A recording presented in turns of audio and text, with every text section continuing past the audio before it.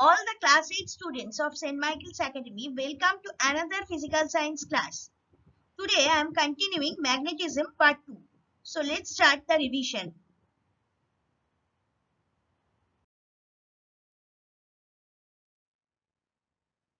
So I am starting with magnetic poles.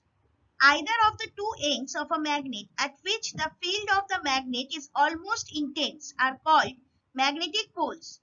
Each pole is designated by the approximate geographic direction in which it points, either north or south. Like magnetic poles repel, opposite magnetic poles attract. See the diagram?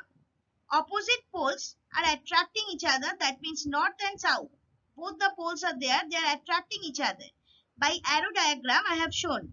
And in the second one, similar poles, that means two south poles are repelling each other. So arrow direction are in opposite sides. So there are two types of magnetic poles called the north magnetic pole and south magnetic pole. North magnetic poles are those that are attracted towards the Earth's geographic north pole. Like poles repel and unlike poles attract. If a bar magnet be dipped in iron fillings and then when lifted, it is found that lumps of fillings cling to it at or near the ends only, and very few or no fillings cling to the middle portion of the magnet. So powers of attraction of the magnet are maximum at its ends. The regions at the ends of a magnet where its attractive powers are most pronounced are called poles of the magnet. Pronounced means mostly strong. The poles are not just at the ends of the magnet, but situated at points close to the ends. There are two poles of a magnet. When a magnet is suspended freely, it sets itself along north-south direction when at rest. A particular end of the magnet always points towards north and the other end towards south because of its directive property. In equilibrium position, the pole which points towards north is called north pole and the other is called south pole. Equilibrium position means in a balanced position. That means when one magnet or bar magnet is showing its directive property.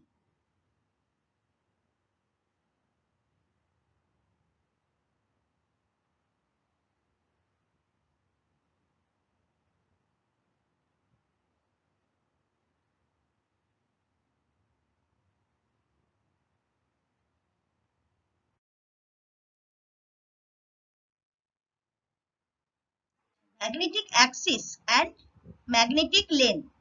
Magnetic axis is defined as the line which joins the two poles of a magnet. It is also the center line of bar magnet that crosses both the poles with the applied torque.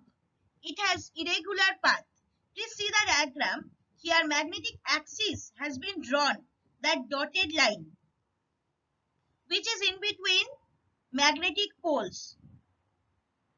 So the imaginary straight line passing through the poles of a magnet is called its magnetic axis. Now, what is magnetic length? The distance between the two magnetic poles is called the magnetic length. A bar magnet consists of two equal and opposite magnetic poles separated by a small distance. See the diagram. Magnetic length. Magnetic axis is there and magnetic length. Just distance between the two poles given over here. That means magnetic length, the distance between the poles of a magnet along the magnetic axis is called magnetic length of the magnet. It is also called effective length or equivalent length of a magnet. For a good magnet, magnetic length is about 85% of its geometric length. Now we have seen what is actually geometric length. It is in the diagram only. So if this is 85% of geometric length, that means this magnet is a good magnet.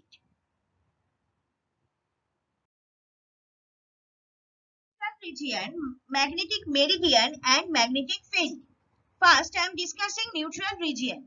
Two regions having no electric field are on the ends of the device and are termed quasi-neutral regions. The depletion region has an electric field. Actually, neutral region of magnetic bar is generally called quasi-neutral regions. So what is the actual definition? There is no attracting power near the middle portion of magnet. This region of the magnet is called neutral region of magnet. Now, magnetic meridian. The magnetic meridian is an equivalent imaginary line connecting the magnetic south and north poles and can be taken as the horizontal component of magnetic force lines along the surface of the earth. Therefore, a compass needle will be parallel to the magnetic meridian. So, at any place, the imaginary vertical plane passing through the magnetic axis of a freely suspended magnet is called the magnetic meridian of that place. Now, magnetic field. Magnetic field is a vector field that describes the magnetic influence of electric charges in relative motion and magnetized materials. A charge that is moving parallel to a current of outer charges experiences a force perpendicular to its own velocity. The region around a magnet when its magnetic force is exerted on magnetic poles placed there is called its magnetic field. Now see the diagram. Magnetic meridian you have understood like this, and the second diagram is for magnetic field. How the magnetic field extends around a bar magnet, it has been shown over here.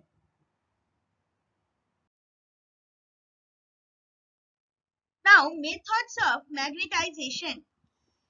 Artificial methods of making magnets are called magnetization.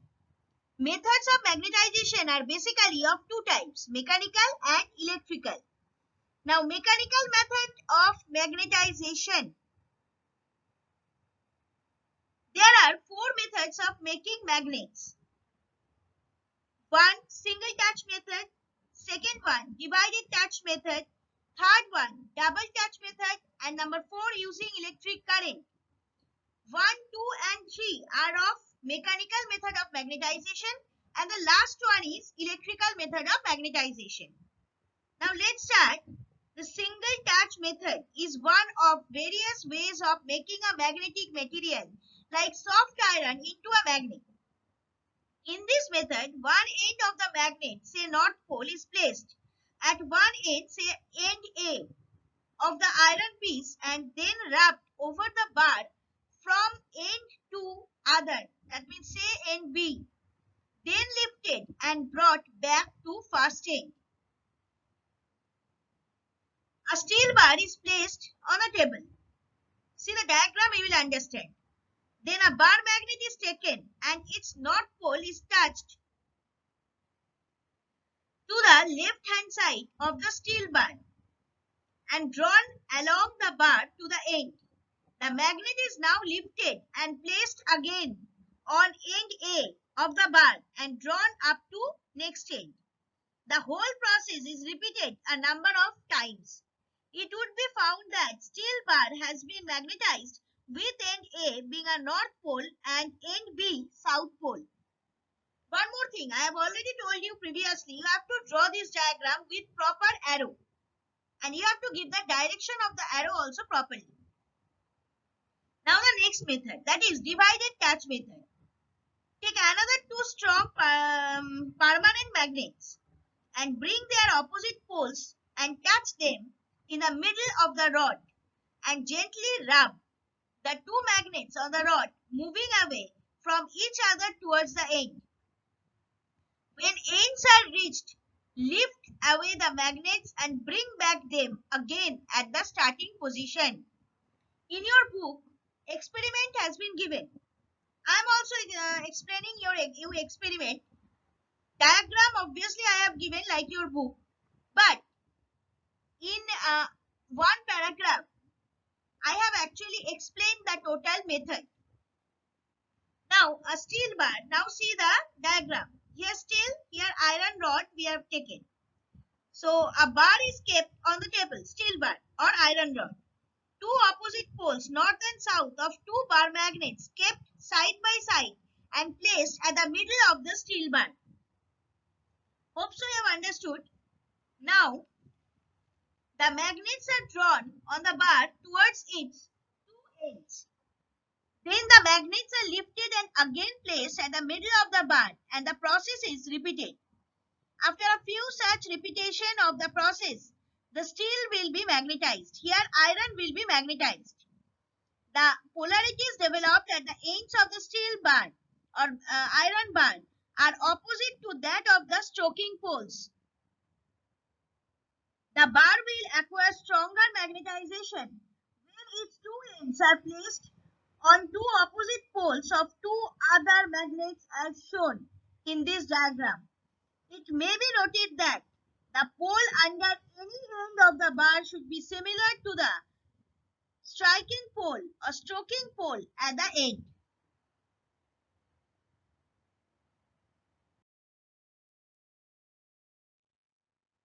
Now, double touch method and electrical methods.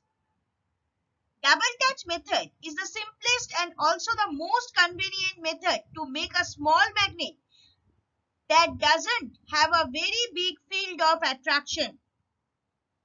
See the diagram? Now I am explaining. It is similar to divided touch method, only difference being that between the opposite poles of magnetizing magnets placed on the middle of the steel bar, a piece of wood or cork is kept and whole thing is then drawn together to one end, then without lifting drawn back to the other end. The process is repeated a number of times. The bar will be found to be magnetized with polarities developed at the ends opposite to that of the nearer stroking pole. As in the above case, stronger magnetization can be produced by placing bar on two opposite poles of two other magnets.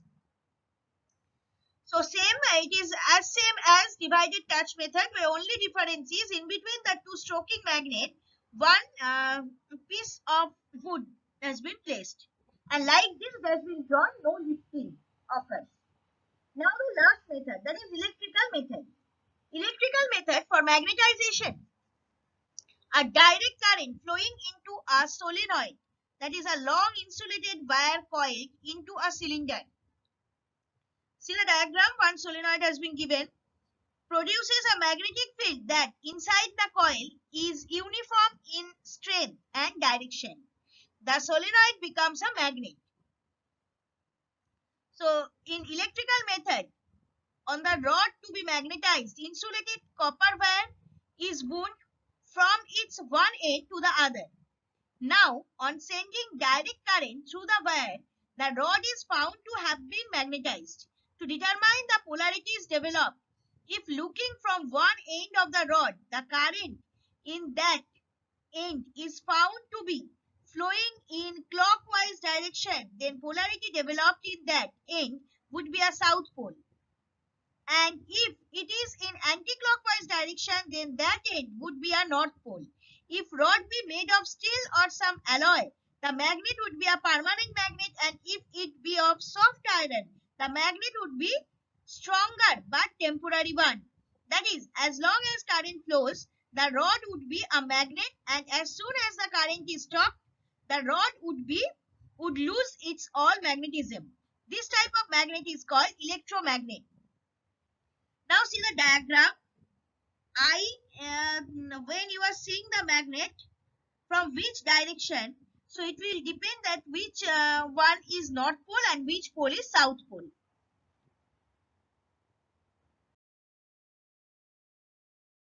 Now repulsion is the shearer test for magnetization. Repulsion is the shear test for magnetism because it takes place only between two like poles of a magnet, whereas attraction takes place between two unlike poles of a magnet and also between a magnet and a magnetic material.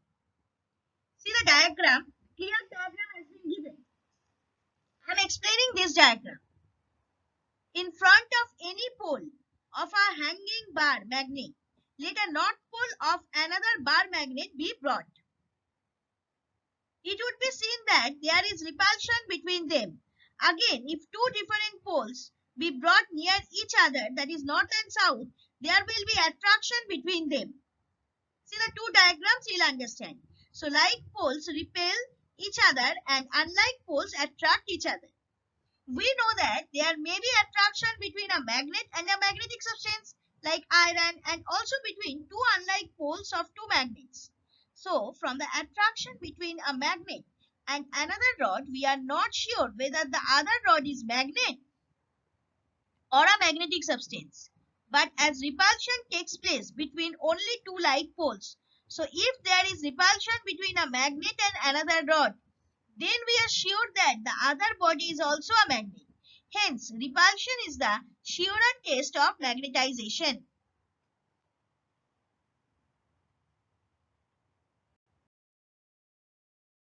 Now we are going to start magnetic induction. If a magnet be brought near or in contact with a magnetic substance, the latter is found to have been magnetized temporarily. This phenomenon is known as magnetic induction. Here, the magnetic substance is said to be magnetized due to induction. Magnetism acquired by that particular substance is induced magnetism. Magnetic substance is said to be magnetized due to induction. Magnetism acquired by it is induced magnetism, and the magnet is called inducing magnet. On removing the magnet, it is found that the magnetic substance almost completely loses its induced magnetism.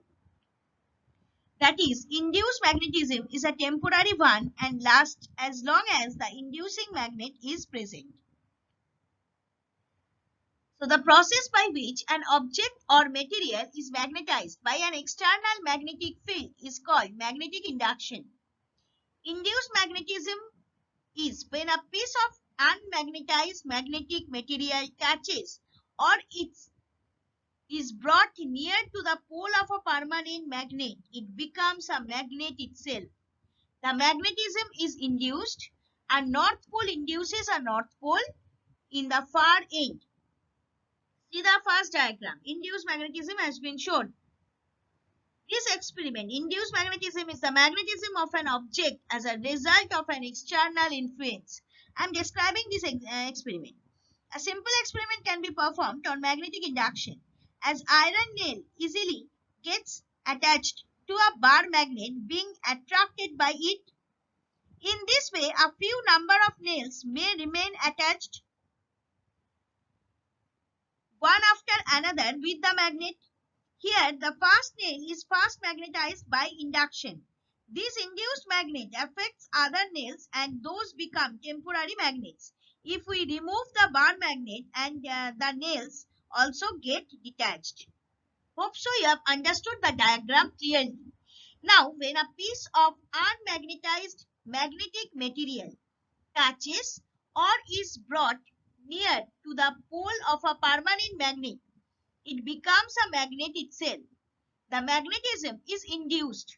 A north pole induces a north pole in the far end. That only I have told you. Okay. So see the next diagram. That is permanent magnet and magnetic material, for example, iron rod taken. But after induction, just opposite to south pole, north pole has been induced. That's why the opposite pole, that means south pole, has been induced in that particular iron rod. So poles developed in induced magnet, you can decide like this. A bar magnet and a magnetic needle are placed in same horizontal plane with their north poles facing each other, and the bar magnet is in such a distance from the needle that the magnet has no effect on the needle. Now a soft iron bar is placed between them. It would be found that the needle gets deflected due to repulsion. The needle gets deflected due to repulsion. How?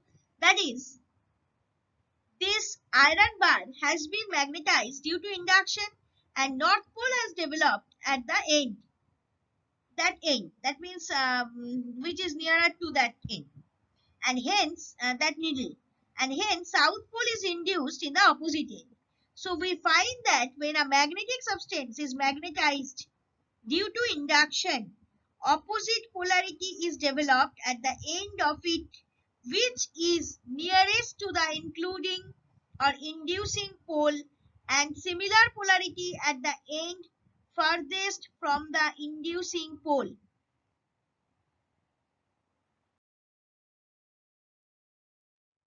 Now, induction precedes attraction. When a piece of magnetic material is brought near a magnet, it first becomes a magnet by induction and then it is attraction. Thus, we say that induction precedes attraction. See the diagram. A charged rod is there. Before attraction, a simple metal is there. First induction occurred. That's why this charged rod opposite pole, that is positive pole, has been formed over this metal. That's why opposite poles attract each other. So when a piece of iron is brought near one end of a magnet, the nearer end of piece acquires an opposite polarity by magnetic induction. Since unlike poles attract each other, therefore iron piece is attracted towards the end of a magnet. The piece of iron first becomes a magnet by induction and then is attracted. Thus, induction precedes attraction. So, when a magnet is brought near a magnetic substance, the magnetic substance gets magnetized due to induction, and opposite polarity to that of inducing pole is developed at the nearest end, and as a result, attraction takes place between them. So, induction precedes attraction.